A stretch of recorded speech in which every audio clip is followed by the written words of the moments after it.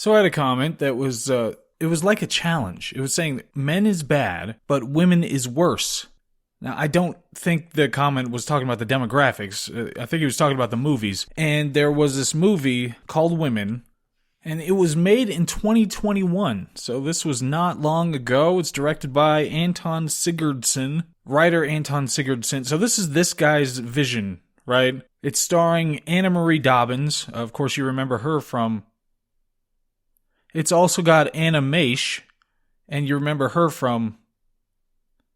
And then it's got Kylie Delr. I don't know. So I watched the movie, and I swear, the moment after I watched it, I forgot it existed.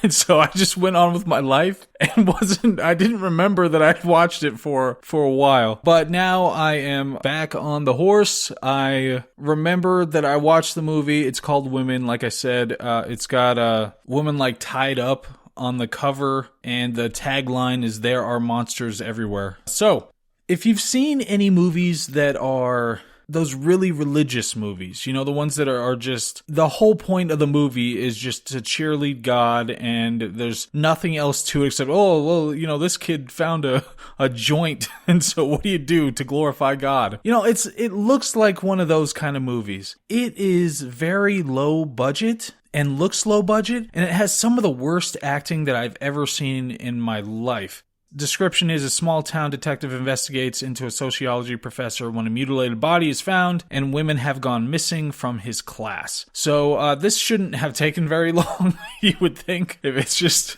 various members of his class that are disappearing. That statistically, that's very unlikely. But here's what I remember from the movie. So there's a detective, and this is, you know, the alpha protective male detective, and he's got a tragic backstory, something. Oh, right, he lost his sister, but his mom has dementia, so he doesn't want to keep telling his mom that the sister's gone, so he just keeps telling her that he's still looking for her.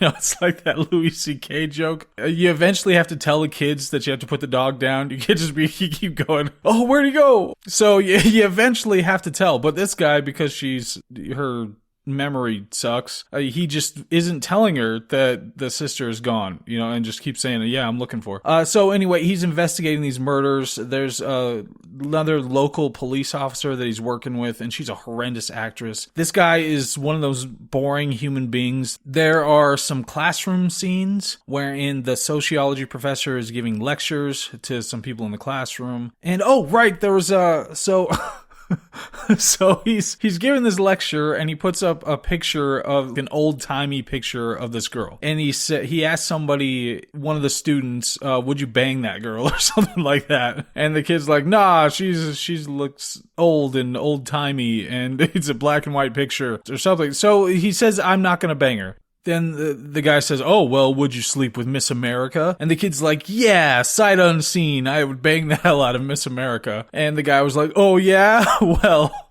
Well, this was Miss America in 1842 or something. I was like, all right, man, you really made a point there. But I can't remember what the reason of him bringing it up, but it's really awkward. What was the point of him asking a student in class if he'd have sex with a girl on the screen? So this should have been the first, you know, tip-off. Anyway, then there's a girl, what is he? I think he goes out. No, yeah, it's a student, and he runs into her when he's going to a store. Like, he's going to buy pants or something, and it's after closing. And she's acting kind of weirdly flirty, but then she's like, oh, my ride's gone because it's too late. Could you give me a ride home? He's like, yeah, sure. I'm not a killer or anything. So then gives her a ride home, and he's like, oh, could I use your bathroom? And then she's a little hesitant, and she's like, oh, okay. You know, you got hired by the school. I assume they did a background check, so it should be fine. So she takes him in, and he goes in, and he goes to the bathroom, and then he walks out, and then he's like, all right, I'm gonna get you. No, he doesn't say that. He says, okay, I'm gonna see you, you know, thanks, and I'll see you later.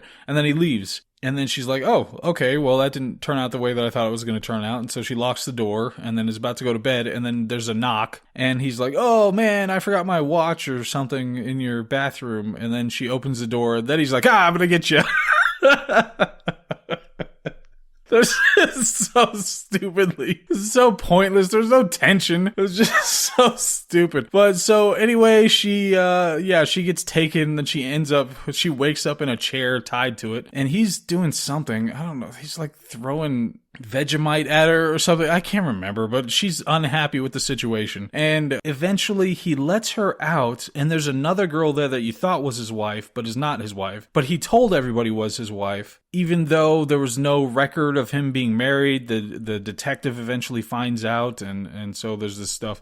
So there's the one girl who's there, who's pretending to be his wife, who has Stockholm syndrome, and then she's trying to keep this other girl in line and saying, if we follow his directives, then we'll be fine. But the girls who are dead are the ones who didn't listen, and so they're doing what he wants. And she goes and she's having breakfast at one point. They're all having breakfast together, and there are lots of windows and plenty of doors, and I don't understand why she doesn't just break out or something. And then eventually they're put into this. Okay, so the thing is, he's a teacher, like a sociology professor, and he's not working remote. This isn't the pandemic here. So he has to go in and give lectures every day and grade papers and see students and go to stores where he's going to pick up new girls and all that stuff. So they're home alone for a lot of the time. And the way they try to explain this is that he has cameras everywhere, but he can't, while he's lecturing, he's not gonna be able to watch the cameras. He's not gonna have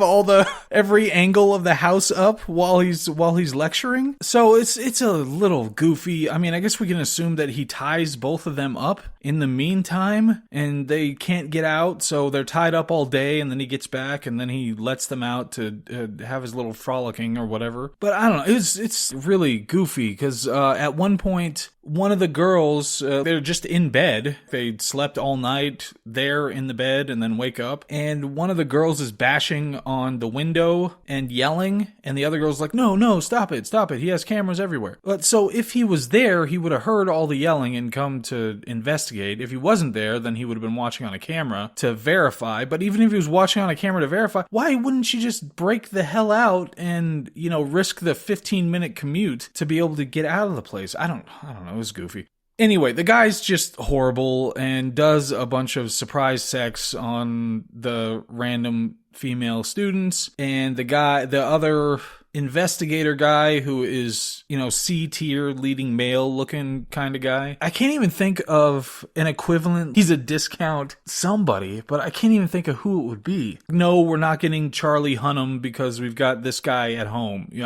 I'm not even sure. But anyway, he's doing his investigating and he confronts him and he's like, oh, well, you got to check on that marriage certificate because I can't find it. And it's supposed to be this tense interaction, but it's stupid. And he finds him at the boat and he tells him again that you gotta check on that marriage thing because I can't find it, and I suspect that you're murdering students. And he's like, well, I'm just working on my boat right now and I don't have anybody tied up in my basement, so don't worry about it. And so they break again, and then at one point oh my gosh, it just doesn't make any sense. So at one point she gets free while the guy's there, and the girls make an agreement that they're going to try to escape after there was some back and forth about whether they're going to do it. But then one was like, oh no, we should totally do it. And then the one girl gets in the vent to try to escape, which was apparently just available the whole time, the vent. So she gets in and she's crawling through, but she's like, oh, other girl, why aren't you here? This is the one who's been there longer. Why aren't you here? So the assumption is, okay, she just tricked that girl so that she could go and make the other guy happy, because at one point they were showing the guy who's found the other girl more appealing. But then she keeps crawling and she finds her way into the garage. She pops out of this one room and then makes her way to the garage and hides under this tarp. And the guy sees her on the camera that she's going somewhere. And so he goes to find her, but lifts up the tarp that she was under, but she's not there. And I'm not sure why she's not there. She crawled around, or it was Drax, just she was so still or moved so slowly that you can't see her. So he can't find her, and then he goes and looks somewhere else, and she sneaks out and finds a door and gets out of the house and goes sprinting away. And then, it's duck hunt, and so he pulls the gun out, and bam, gets her just in time before she gets away. And the dog pops up and laughs, and the dog only laughs when you miss, right? So he hit her, so it was no laughing matter. And then he goes back and hugs the other girl. Wait, why? Okay. Wouldn't he have seen on the video that the one girl was helping out the other girl? And if she was that close to getting away, then it wasn't a setup by those two. Like, she was really close to getting away. So why would he be fine with that and hugging her at that point? I don't know. So anyway, then the other guy, Discount Charlie Hunnam. Is it Hunnam or Hunnam? What is his name? Hunnam? I think it's Hunnam. The guy from Sons of Anarchy. No, it's not him, but it's the discount version.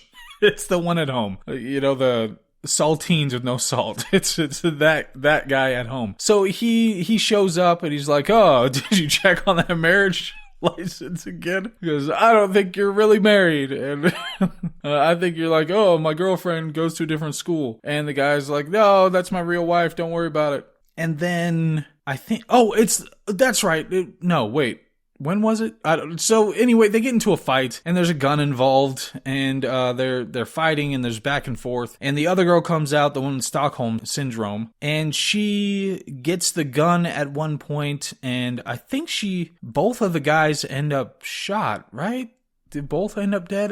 Like I said, I forgot the movie the moment I finished watching it. It disappeared from my brain. But whatever the case, the resolution is that the guy who's the killer guy, he's, "Oh, give me the gun, give me the gun." And she's like, "No, I'm gonna shoot you now because you've done terrible things, even though I had Stockholm syndrome." And so she shoots him, and then, she's victorious, great. It's really, really, really dumb. It's super incredibly dumb. I don't know who this Anton Sigurdsson is, but it's extremely low concept, low execution. And I understand you have a low budget. What are you going to do with it? But this is one of those times where it's, Jesus Christ, if you have a low budget, Primer had a low budget. Just make it a better concept and better written and be more creative. But in this case, it's just that, okay, evil sociology professor guy abuses women and then women shoots him. And that's all the ideas that are contained within this piece of work. And so